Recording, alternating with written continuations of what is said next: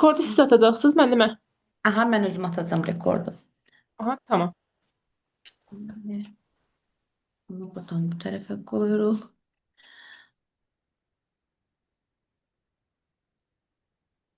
Baxın, bu gün uşaq birliyi rəhbəri haqqında geniş məlumat başlıqlar altında tanış olacağıq. Bir də inklüziv şagird kimdir, nədir bu haqqda danışacağıq.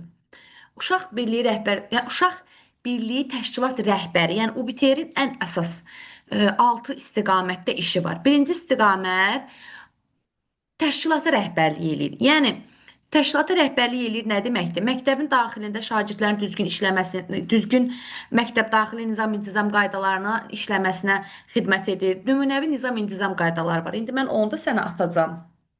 Onu başqa dərsdə keçəcəyik. Amma özün vaxt olduqca onlara bax, yaxşı? Aha, tamam. Nizam-intizam qaydalarının həyata keçirilməsinə nəzarət edir, şagird davranışlarına nəzarət eləyir və sair və ilaxır. İl ərzində müxtəlif tipli tədbirlərin, bunlar vətənpərvərlik ruhunda olan tədbirlər, ola bilər yarış oyunları, ola bilər tədrislə bağlı olan tədbirlər və ya maarifləndirici tədbirlər, könüllü layihələr, gəzintilər, ekskursiyalar və sair və ilaxır. Bunların düzgün təşkili və onların koordinasiyası, yəni uşaqların bir yerə toplanması, göndərilməsi, gətirilməsi təhlükəsizliyinə rəhbərlik edir. Uşaq birliyi rəhbər əsas istiqaməti şəxsiyyət yetişdirməkdir. Yəni siz bilirsiniz də yeni dövrün kurikulumunun əsas məqsədi nədir? Müasir insan şəxsiyyət yetişdirmək.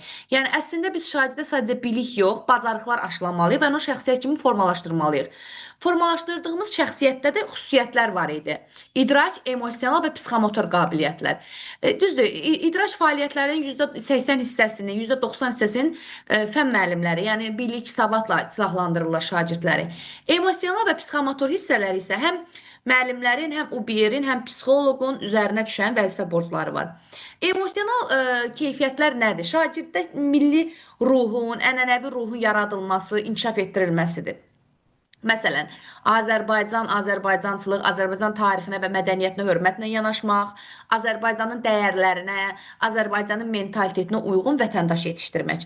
Yəni, bu nə deməkdir? Məsələn, Azərbaycan ən mühüm dəyərləri nədir? Böyüyə hörmət, kiçiyə qayğı, müəllimlərə hörmətlə yanaşmaq, müəllimlərin və ya özündən balaca şagirdlərin qayğısına qalmaq. Bunlar hamısı nədir? Bizim dəyərlərimizdir də, düzdür. Əgər kimisə yardıma ehtiyacı varsa, o yardıma ehtiyacı olana dəstək olmaq, o yardıma ehtiyacı olanın yanında olmaq və sair və ilaxır. Biz bütün bunları milli dəyərlər altında birləşdiririk. Daha sonra vətəndaş kimi yetişdirmək. Vətəndaş kimi yetişdirmək nədir? Vətəndaşın özünün vəzifə borcları var, bilirik də, düzdür. Vətəndaşın vəzifə borcları nədir? Dövlətinə, millətinə bağlı olmaq, vətəndaşlıq borclarını yerinə yetirmək. Məsələn, vətəndaşlıq borcları nədir? Azərbaycanın milli atributlarına hörmət, gələcəkdə seçmək və seçilmək hüququndan tam istifadə, Azərbaycanın mənafeyinə yönəlmiş hərəkət və hərəkətsizliklər etmək, Azərbaycan şərəf və ləyaqətini qorumaq, hər hansı bir dövrdə işləyib çalışanda vaxtı-vaxtına vergilərini ödəmək, öz üstünə düşən vəzifə öhdəliklərini yerinə yetirmək və sair və ilaxır. Sonra, şəxsi inkişafa dəstək olmaq. Biz məktəbdə düzdür, mənim UBR-lə təşkilatçı müavin bir yerdə çalışırlar. UBR-lə təşkilatçı müavin daim şagirdləri müşahidə edirlər. Onların məktəb daxili davranışlarını, hərəkətlərini, özünü aparmaq qabiliyyətlərini, emosional vəziyyətlərini. Yəni biz bir şagirddə mütəmadi olaraq qəmginlik, bədbinlik hiss ediriksə və onda müəyyən hiss edirik ki, bu uşaqda nəsə problem var. İçinə qapanıb, dostlarla ünsiyyət yaratmır və ya aqressivləşib, dostlarla ünsiyyətdə çox aqressiv davranır. Bu zaman biz o uşaqların neynəməliyik?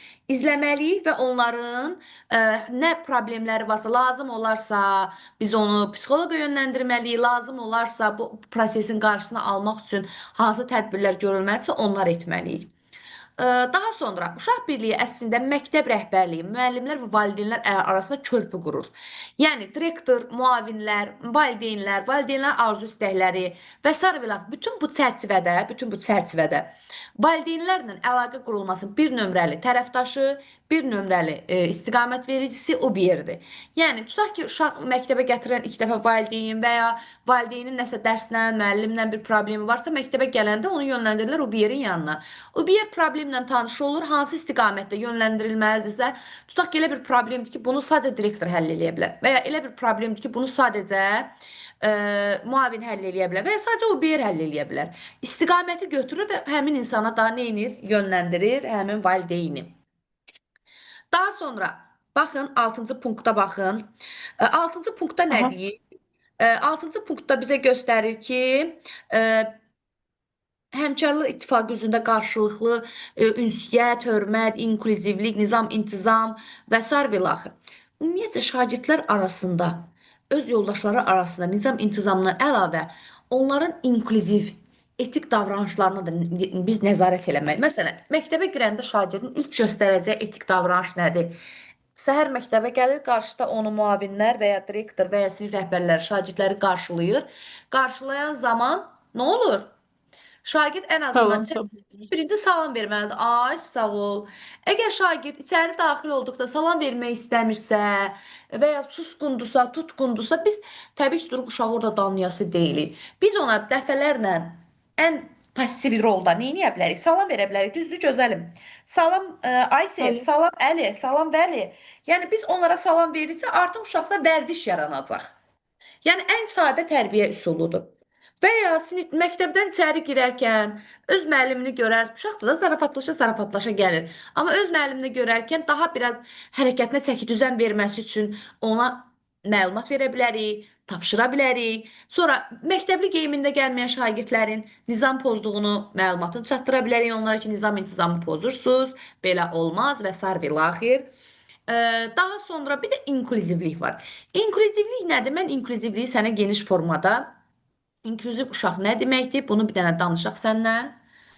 İnklüziv uşaq kimdir? İnklüziv uşaq müxtəlif başlıqlar altında ola bilər. İnklüziv şagird kim ola bilər? Fiziki məhdudiyyəti olan, yəni əli qolu tutmayan, yerimək qabiliyyəti, oturmaq qabiliyyəti olmayan, hər hansı bir üzvü olmayan, əli, barmağı, ayağı və ya qısa müddətli bir türklər demiş, sakatlıq keçirdən. Yəni əslində uşaq sağlamdır, qolu Ha. qısa sınıbdır, problem yaşayır. Eşitmə görmə çətinliyi olan, yəni tam lal-kardan getmir, çünki lal-kar uşaqlar üçün, yəni tam görməyən və tam eşitməyən uşaqlar üçün özlərinin məktəbləri var. Amma yenə də müəyyən zəif eşidən, zəif görən şagirdlər inklüzivə daxildir. Öyrənmə çətinliyi olan şagirdlər, məsələn, disleksiyalı şagirdlər. Disleksiyalı şagirdlər nədir? Əslində onlar çox çalışırlar nəsə öyrənməyə.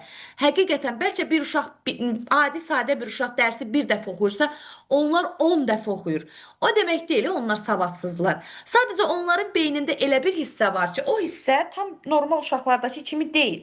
Onlar nə qədər çalışsalar da, istəsələr də tam normal uşağın öyrəndiyi kimi, özünü inkişaf elətdirdiyi kimi onlarda çatışmır. Həmin o belə deyək siqnallar, həmin o üzvün belə inklüzivlik demək, intensivliyi, yəni həmin bir nöqsan qüsur var həmin orqanın, beynin həmin hissəsində müəyyən bir qüsur olduğu üçün, müəyyən bir siqnalların çatışmazlığı olduğu üçün problem yaşayırlar.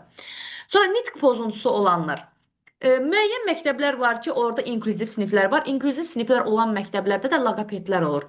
Danışıq problemi olan, danışığı başa düşülməyən şagirdlərlə məşğul olurlar onlar. Onların nitqində düzəlmələr olsun deyə, onların nitqi inkişaf etsin deyə onlarla məşğul olurlar. Autizm spektrində olan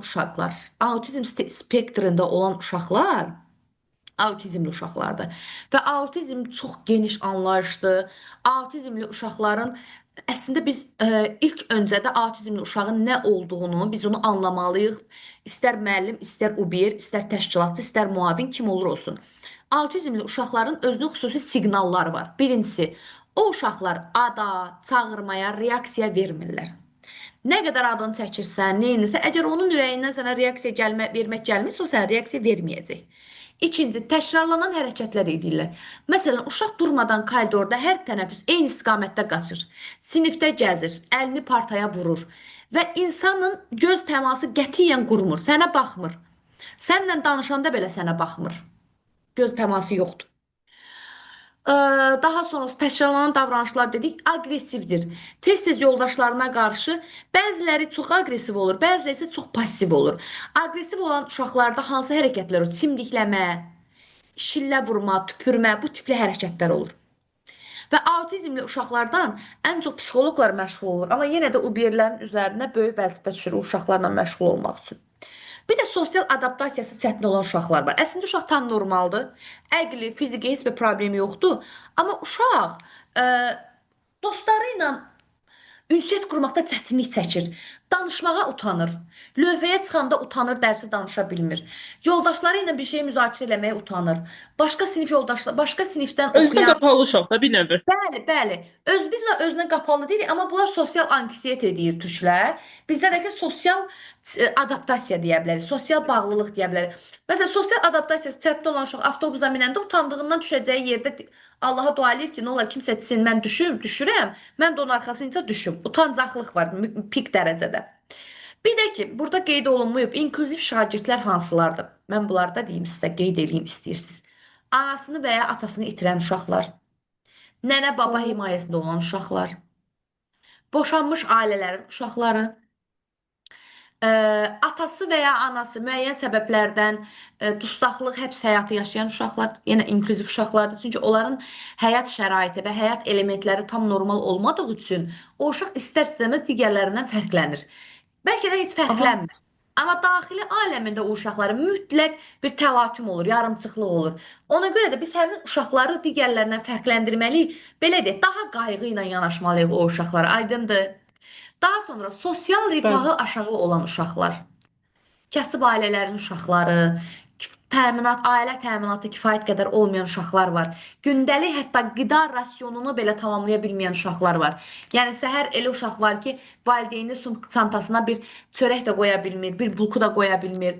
Təbii ki, o uşağın müəyyən qədər adaptasiyası, təhsil həvəsi, çox həvəsi olsa belə sağlamlığı, müəyyən həssaslığı olacaq. Yəni o uşaqlar da yenə inklüziv şagirdlərə daxildirlər. İnklüziv təhsil və ya inklüziv yanaşmanın məqsədi nədir? İnklüziv təhsil və ya inklüziv yanaşmanın əsas məqsədi təhsildə bərabər imkanlar yaratmaqdır. Yəni ən əsas məqsəd inklüziv şagirdlərlə çalışarkən bərabər imkanlılığın olması, cəmiyyətdə sosial bərabərlik yaradılması, empatiya, hörmət, tolerantlıq hisslərinin aşılanması və s. və ilaxır. Biz burada üç dənə hörmət sözünün mənasını bilirik. Empati və tolerantlıq nədir? Onu aydınlaşdıraq. Empati qarşı tərəfin yerinə özünü qoya bilmə və özünü onun roluna, obrazına sala bilməkdir.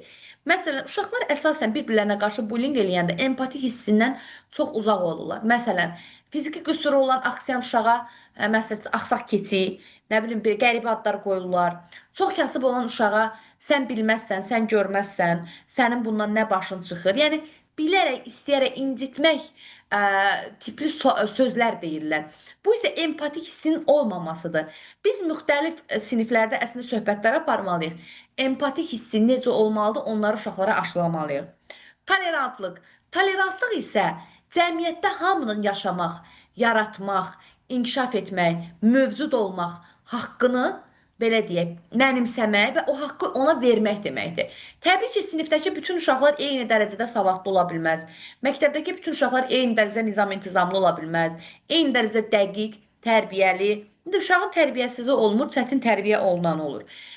Tez tabe olanı olmur. Yəni biz onları tolerant şəkildə qəbul etməliyik və hamının hər cür insanın olduğu kimi hər cür şagirdin də olduğunu qəbul edib onlara fərdi yanaşmalıyıq.